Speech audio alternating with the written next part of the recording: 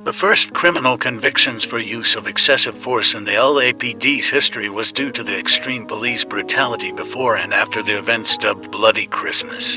In December of 1951, LAPD officers Julius Trianovsky and Nelson Brownson arrived at the Showboat Bar in response to a call about young people drinking illegally. Upon entering the bar, they approached a group of 7 young men, 5 of whom were Mexican-American and 2 who were white, and asked to see their IDs. 5 people in the group were former GIs and 1 was still in the U.S. Marine Corps. Despite being of legal drinking age, they were told by the officers to leave the bar. When all 7 young men refused to leave, the officers physically assaulted them with their blackjacks and tried to pull them out of the bar. This led to a physical fight between the officers and the young men. Although no one was arrested at the time, after a few hours, the police officers showed up at the homes of the young men and arrested all of them. 6 of them were taken to the station a little after 2 in the morning on Christmas Day and left in the waiting room after being booked. While in the waiting room, they saw that the rest of the LAPD was having a Christmas Eve party.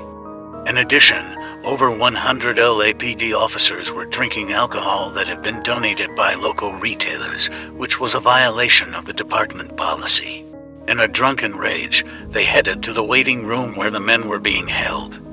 The LAPD officers then proceeded to beat and torture all 6 young men for a total of 95 minutes. By the end of it, blood was everywhere. All 6 men suffered horrific injuries from the beating.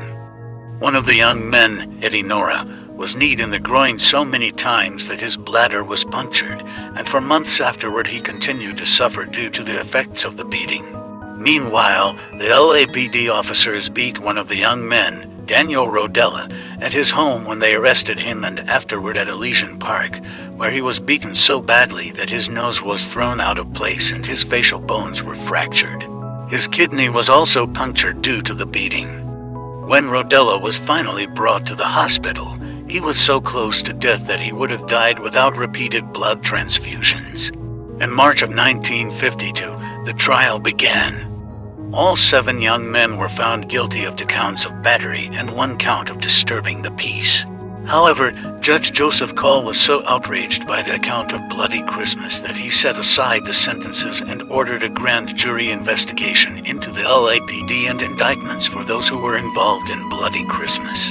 It was only after this moment, due to the actions of the judge, that the media started expressing interest in the case and the pattern of behavior of police brutality towards Mexican Americans.